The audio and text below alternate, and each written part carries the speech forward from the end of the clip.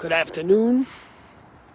On this Monday, Rosh Chodesh Kislev, the first day of the month of Kislev, the month of light, the month of Hanukkah, the Hasidic month as we call it too.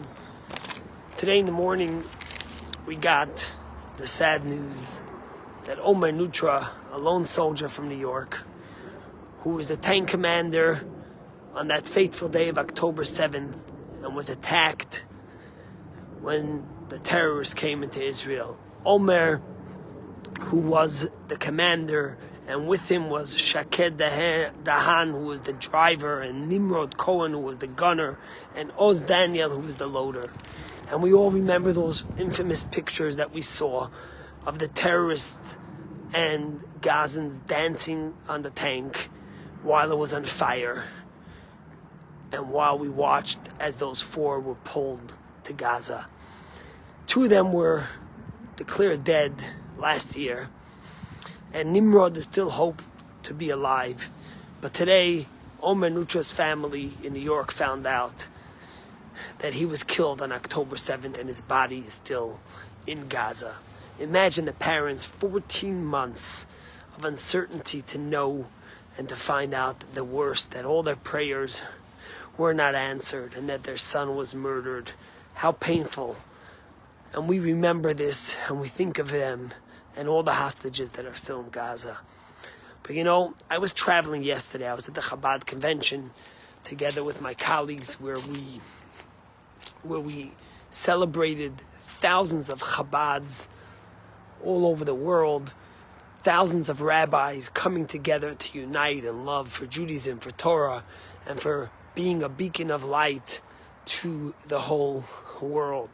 And in fact, at this convention, they announced a new country, Honduras, which was going to get a Chabad. Actually, my first cousin is moving to Honduras to start another Chabad. And it was at this convention that one of my friends shared with me a thought from the Rebbe's discourse on this week's Torah portion. At the beginning of this week's Torah portion, we read the story of Jacob. Jacob leaves Beersheba, he leaves home, he leaves the Holy Land, he leaves light, and he goes to Haran Avshalolam, to the lowest place in the world, a place of corruption and immorality. And it's at that point that Jacob says the prayer, and we all know the famous story when Jacob comes to Bethel and he puts the stones around him and he makes a prayer to God. And he says, Im yiyeh likimi madi, if God will be with me. V'shafti b'shalom el beis avi, and I will return complete, whole, in peace to the house of my father. And then he says, V'ha'even hazois, this stone, ashasamti matzeva, this stone of Ahmed will become an altar that I will promise to continue Judaism throughout the generations. And the Rebbe quotes from the Zohar that says that this prayer that Jacob made, asking God, V'shafti b'shalom el beis avi, that I should return home to my father's home, was not just a prayer for himself, but it was for his children and grandchildren and generations and decades of Jewish people who have been through so much suffering and challenge and struggle and ardent journeys where they were persecuted and killed and murdered and suffered so much. And Jacob's prayer was for them, that V'shafti b'shalom el beis avi, that they should return in one piece. They should stay whole. They should stay strong.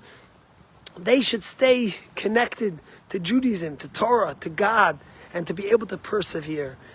And the Rebbe says in this discourse that the stone, V'ha'even hazois, what does it mean, the stone? The stone represents the Torah. The Ten Commandments was given on a stone, on the tablets. And within each and every one of us, through the study and connection to Torah, we reveal the stone within us, which is the essence of the Jewish soul, which is unbreakable. Not through persecution, not through murder, not through killing, not through hate, not through exile. That essence and purity of the Jewish soul that is never destructible.